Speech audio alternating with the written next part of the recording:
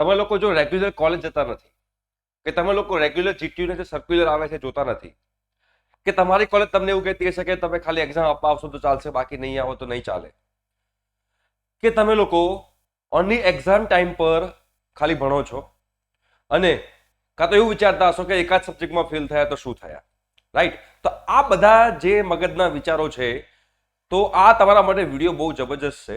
જે લોકો રિલેક્સ થઈ ગયા છે એ લોકો માટે પણ આ ખતરાની ઘંટી છે. તો એના માટે જ મેં આજે આ વિડીયો બનાવ્યો છે. તો તમે આખો વિડીયો ધ્યાનથી સમજજો, હું તમને શું કહેવા માંગી રહ્યો છું. ઓકે? અને જેટલા પણ જીટીયુના વિદ્યાર્થી છે તમારા માટે અમે એક લોકો વેબસાઇટ બનાવી છે. એ વેબસાઇટની લિંક પણ હું નીચે મૂકી દઉં છું, જ્યાં આગળ તમે લોકો તમારું જીટીયુનું મટીરિયલ જે છે તમે લોકો ડાઉનલોડ કરી શકશો. જેમ જેમ ટાઈપ થાય છે એમ બધું મટીરિયલ ત્યાં આગળ અપલોડ થવાનું સ્ટાર્ટ થઈ ગયું છે.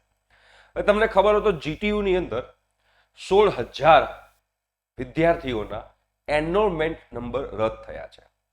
આપણે ઘણીક વાર છે ને સ્ટડીને બહુ લાઇટલી લઈ લેતા હોઈએ છીએ કે એક્ઝામ ટાઈમ આવશે ત્યારે ભણીશું યાર, ક્યાં અત્યારે ઉતાવળ છે આપણને, અરે એકાદ સબ્જેક્ટમાં ફેલ થયા તો શું થયું, મારા તો ઘરમાં લગ્ન છે તો પહેલા લગ્નમાં જઈ આવું ને પછી આપણે રેમિડિયલ એક્ઝામ આપી દઈશું. અને આમ કરતા કરતા પહેલા એક સબ્જેક્ટમાં ફેલ થાય, પછી નેક્સ્ટ સેમેસ્ટરમાં જાય એટલે એ સબ્જેક્ટ જે ફેલ થયેલો હોય એની એક્ઝામ, અને સાથે સાથે જે રેગ્યુલર સબ્જેક્ટ આવતા હોય એની એક્ઝામ એડ થાય એટલે સબ્જેક્ટની સંખ્યા વધી જાય, તે પાછા 2 સબ્જેક્ટમાં ફેલ થાય. એમ કરતા કરતા કરતા તમારા ફેલ થવાના સબ્જેક્ટ વધતા જાય. અને અમે એવા ઘણા બધા સ્ટુડન્ટ જોયા છે કે જે લોકોને એટલું બધું પાયલટ થઈ ગયું હોય છે, એટલી બધી કેટીઓ કે બેકલોગ ભેગા થઈ ગયેલા હોય છે કે પાછળથી એ લોકો બહુ જ હેરાન થઈ જતા હોય છે. અને એ આજે 16,000 જે એનરોલમેન્ટ નંબર રદ થયા છે એમાંથી ઘણા બધા સ્ટુડન્ટ્સના મને પર્સનલી મેસેજ પણ આવ્યા છે કે સર મારા ખાલી એક જ સબ્જેક્ટ બાકી છે સર, પ્લીઝ તમે કંઈક કરો ને, કે અમારા એનરોલમેન્ટ નંબર રદ થઈ ગયા છે, અમને લોકો જીટીયુ એક્સટેન્શન નથી આપતું, તમે કંઈક પ્લીઝ કરો. તો તમને જેટલા પણ વિદ્યાર્થીઓ જોઈ રહ્યા છે આ વિડીયો, તમે લોકો જો લાઇટલી બધી વસ્તુ લેશો તો તમારી સાથે પણ આ વસ્તુ થઈ શકે છે. આ આપણું ગુજરાત સમાચારનું આર્ટિકલ છે જેની અંદર હું તમને બતાવવા માંગીશ કે જીટીયુ દ્વારા ટેકનિકલ કોર્સિસમાં 16,000 થી વધારે એનરોલમેન્ટ રદ થયા છે. 16,000 થી વધારે એનરોલમેન્ટ નંબર. હવે આ એનરોલમેન્ટ નંબર મતલબ કે રોલ નંબર કહેવાય જે જીટીયુ આપતું હોય છે, એ રદ કરી નાખ્યા. કેમ રદ કરી નાખ્યા? યુજીસી, તમે લોકોએ નામ સાંભળ્યું હશે કદાચ. યુજીસી એટલે કે યુનિવર્સિટી ગ્રાન્ટ કમિશન. એનો એક નિયમ છે કે તમે લોકો ડિપ્લોમાની અંદર હોવ કે ડિગ્રીની અંદર હોવ, તમે લોકો જે રેગ્યુલર કોર્સ હોય તમારો ડિપ્લોમાની અંદર 3 વર્ષનો હોય, ડિગ્રીની અંદર 4 વર્ષનો હોય, તો એમાં તમારે રેગ્યુલર 4 વર્ષ છે, પણ જો તમે 4 વર્ષમાં તમે તમારો કોર્સ કમ્પ્લીટ ન કરી શકો તો તમને બીજા 2 એક્સ્ટ્રા વર્ષ આપવામાં આવે. એટલે કે 6 વર્ષની અંદર તમારે એન્જિનિયરિંગ મેક્સિમમ પૂરું કરી દેવું પડે. આમ તો 4 વર્ષનું જ હોય, બટ 6 વર્ષમાં તમારે એન્જિનિયરિંગ પૂરું કરવું પડે ને 5 વર્ષની અંદર તમારે ડિપ્લોમા પૂરું કરી દેવું પડે. એનાથી વધારે તમને લોકોને કોઈ આગળ એક્સટેન્શન, એને કહેવાય એક્સટેન્શન આપ્યું કે આમ તો 4 વર્ષનો કોર્સ છે, પણ તમારા લોકોને 2-3 સબ્જેક્ટ 5 સબ્જેક્ટ બાકી છે અને 2 વર્ષ એક્સ્ટ્રા આપી રહ્યા છીએ, રાઈટ? તો એ 2 વર્ષમાં પણ તમે જો ફેલ થયેલા સબ્જેક્ટ છે તમે રિકવર ના કરો, તમે આખું એન્જિનિયરિંગ પૂરું ના કરો, તો પછી તમારા એનરોલમેન્ટ નંબર રદ થઈ જાય, પછી તમને કોઈ એક્સ્ટ્રા આગળ ચાન્સ આપવા દેવામાં આવે નહીં. તો એના બેઝ ઉપર તમે જુઓ, તમને લોકોને ખબર પડશે કે ક્લિયર નહીં કરી શકતા 75% વિદ્યાર્થી, અને એમાં એન્જિનિયરિંગમાં સૌથી વધારે છે. કેટલી ખરાબ હાલત છે. એક તો આપણે એક બાજુ એવું કહીએ છીએ કે એન્જિનિયરિંગમાં જોબ નથી, એન્જિનિયરિંગની અંદર પ્લેસમેન્ટ સારા નથી મળતા. બટ મારો એક તમને ક્વેશ્ચન છે, જેટલા પણ વિદ્યાર્થીઓ વિડીયો જોઈ રહ્યા હોય, કે બે લોકોની બહુ જ મોટી ખરાબ આદત છે. તો તમારી કોલેજની અને તમારી કોલેજની શું આદત છે ખબર છે? કે એટેન્ડન્સની રેગ્યુલારિટી નથી. ગવર્મેન્ટ કોલેજ હોય તો, અને સેલ્ફ ફાઇનાન્સ કોલેજ હોય તો એમાં તો જરાય નથી. એ તો એમ જ કહેશે કે આવું તો આવો, ના આવો તો વાંધો નહીં, ખાલી એક્ઝામ આપવા આવો છો. અને એમાં પણ સેલ્ફ ફાઇનાન્સ કોલેજ હોય તો એમાં તો મિડ સેમેસ્ટર એક્ઝામ આવે, તો મિડ સેમેસ્ટર એક્ઝામમાં સિલેબસ તમારો ઇઝી હોય, કાં તો એમસીક્યુ કરી નાખે, કાં તો પાસ કરી નાખતા હોય. અને આ વસ્તુથી છોકરાઓને મજા આવી જાય છે, જબરદસ્ત મજા આવી જાય છે કે યસ, કોલેજમાં જવાની જરૂર નથી અને અમે મિડ સેમમાં તો પાસ કરી નાખ્યા છે. અને સૌથી આ તો જીટીયુની વાત છે. ડીમ યુનિવર્સિટી જે છે, નામ એ કેના નહીં લઉં, પણ ડીમ યુનિવર્સિટીની અંદર તો જે જીટીયુની અંદર નથી આવતી, એ લોકો તો છોકરાઓને પાસ જ કરી નાખે છે. છોકરાઓ ભણતા હોય કે ના ભણતા હોય, પાસ. અને પછી આવા લોકો 4 વર્ષ પછી બહાર નીકળે, તમને શું લાગે જોબ મળે એ લોકોને? પોસિબલ છે? કેમ કે આપણને ખબર છે કે કોલેજ આપણને પાસ કરી દેવાની છે, તો આપણે શું કરવા ભણીશું? એટલે બે બાજુ વાંક છે. કોલેજનો તો વાંક છે જ, જોડે સ્ટુડન્ટનો પણ વાંક છે. એ શું વિચારે છે કે કોલેજ તો પાસ કરી દેશે તો ભણીને શું કામ છે? જો આપણે એવું વિચારતા હોય કે ભલે કોલેજ અમને પાસ કરી દેવાની, પણ હું તો મારા કરિયર માટે ભણું ને, હું તો નોલેજ માટે ભણું ને, કેમ કે 4 વર્ષ પછી તો પછી મને નુકસાન થશે, રાઈટ? કોલેજને તો તમારી ફીસ લઈને છૂટા, કોલેજ તમને પ્લેસમેન્ટ નહીં આપે તો તમે કોલેજનું ગળું પકડવા નહીં જાઓ, કે ભાઈ મેં તો ફીસ આપી હતી, પ્લેસમેન્ટ આપ. એ તો બધું ગમે તે થાય, કેમ કે કોઈ આ પ્લેસમેન્ટની ઓન રિટર્ન ગેરંટી નથી આપતું. તો છેલ્લે 4 વર્ષ પછી નુકસાન કોનું છે? કોલેજોનું, ફેકલ્ટીઝનું, કે આપણા સ્ટુડન્ટ્સનું, કે આપણા પેરેન્ટ્સનું? કેમ કે પેરેન્ટ્સ તો પૈસા ભરે છે. તો આવા સંજોગોની અંદર આ જે ઇરેગ્યુલારિટી જે છે આપણા સ્ટુડન્ટ્સની, લખેલું જ છે કે એન્જિનિયરિંગમાં સૌથી વધારે છે. બરોબર. યુજીસી દ્વારા ઓક્ટોબર 2015માં વિવિધ કોર્સ પૂર્ણ કરવાના સમય માટેની યુનિફોર્મ કોમન ગાઈડલાઈન નક્કી કરી હતી. તમામ યુનિવર્સિટીઓને તેનું પાલન કરવા માટે પરિપત્ર મોકલવામાં આવ્યો હતો 2015માં. આ ગાઈડલાઈન મુજબ 3 વર્ષના ડિગ્રી કોર્સમાં જો વિદ્યાર્થી અભ્યાસ પૂર્ણ ન કરી શકે તો તેને વધુ 2 વર્ષ મળે છે. નિયત સમયમાં અભ્યાસ પૂર્ણ કરી શકતા નથી હોતા અથવા તો 1-2 વિષયમાં નાપાસ થતા હોય છે અને બેકલોગ હોવાથી તેઓને ડિગ્રી મળી શકતી નથી.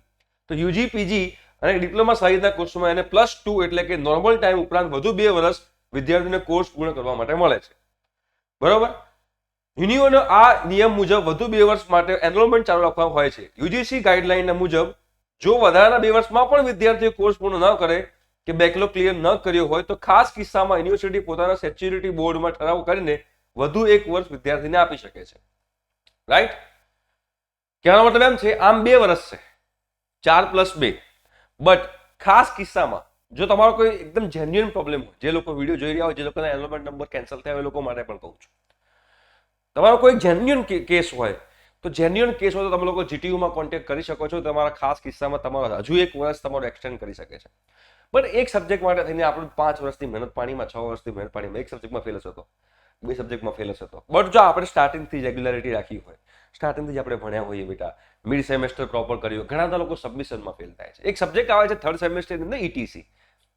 તો ETC સબ્જેક્ટ આવે છે તો એક સ્ટુડન્ટનો મારો ફોન આવ્યો કે સર મેં ETCમાં સબમિશન નહોતું કર્યું એટલે મને ફેલ કર્યો. તો સરને કોણ મને પાસ કરી દે? અરે બેટા, તમને સબમિશન કરાવવા આપ્યું હોય તમે સબમિશન બી તમે ટાઈમ પર ન કરાવો અને પછી તમે એવું એક્સપેક્ટ કરો કે ફેકલ્ટી તમને પાસ કરે. એટલે આપણે નથી કરવું સ્ટડી, નથી આપણે સબમિશન કરવું, નથી એક્ઝામમાં પ્રોપર લખવું. બેટા આ કેવી વસ્તુ થઈ ગઈ છે ખબર છે? હું એમ નથી કરતો તમે લોકો ટોપર બનો. ટોપર બનવાની બેટા વાત જ નથી. એની અંદર વાત એ છે કે આપણે આપણા લાઈફ માટે કેટલા સિન્સિયર છીએ, કેટલા. ઇવન 12th સ્ટાન્ડર્ડ પછી, એવરી ટાઈમ કહું છું, હજુ પણ કહું છું, 12th સ્ટાન્ડર્ડ પછી જ્યારે એન્જિનિયરિંગમાં એડમિશન લેવાનું હોય છે ત્યારે લોકો એટલા સિન્સિયર હોય છે અને એ વખતે તો મોટી મોટી સોગનો પણ ખાતા હોય છે. યાદ કરો તમે તમારી સોગન કે 12થમાં ઝટકો પડ્યો હશે તો કે હવે જે ઝટકો પડ્યો એ પડ્યો, પણ હવે આગળ હું કોઈ ઝટકો નહીં પડવા દઉં, હવે હું એન્જિનિયરિંગ જબરદસ્ત મહેનત કરીશ, હવે હું જોરદાર રિઝલ્ટ આવીશ અને હું કરિયર આગળ વધારીશ. યાદ કરો તમે લોકો 12થમાં કદાચ બોલ્યા હશો. બટ આ કેવું છે ખબર છે? જ્યાં સુધી આપણે કમ્ફર્ટ ઝોનમાં રહીશું ને બેટા, ત્યાં સુધી આપણે આ બધામાંથી બહાર નહીં આવી શકીએ. આપણે મજા આવે છે કમ્ફર્ટ ઝોનની અંદર, વી આર એન્જોઈંગ. જો તમે લોકો કમ્ફર્ટ ઝોનમાં છો તો તમે લોકો કોઈ દિવસ તમારા કરિયરમાં આગળ નહીં વધી શકો. થોડુંક તમારે અનકમ્ફર્ટેબલ ઝોનમાં જવું પડશે. અનકમ્ફર્ટેબલનો મતલબ શું છે?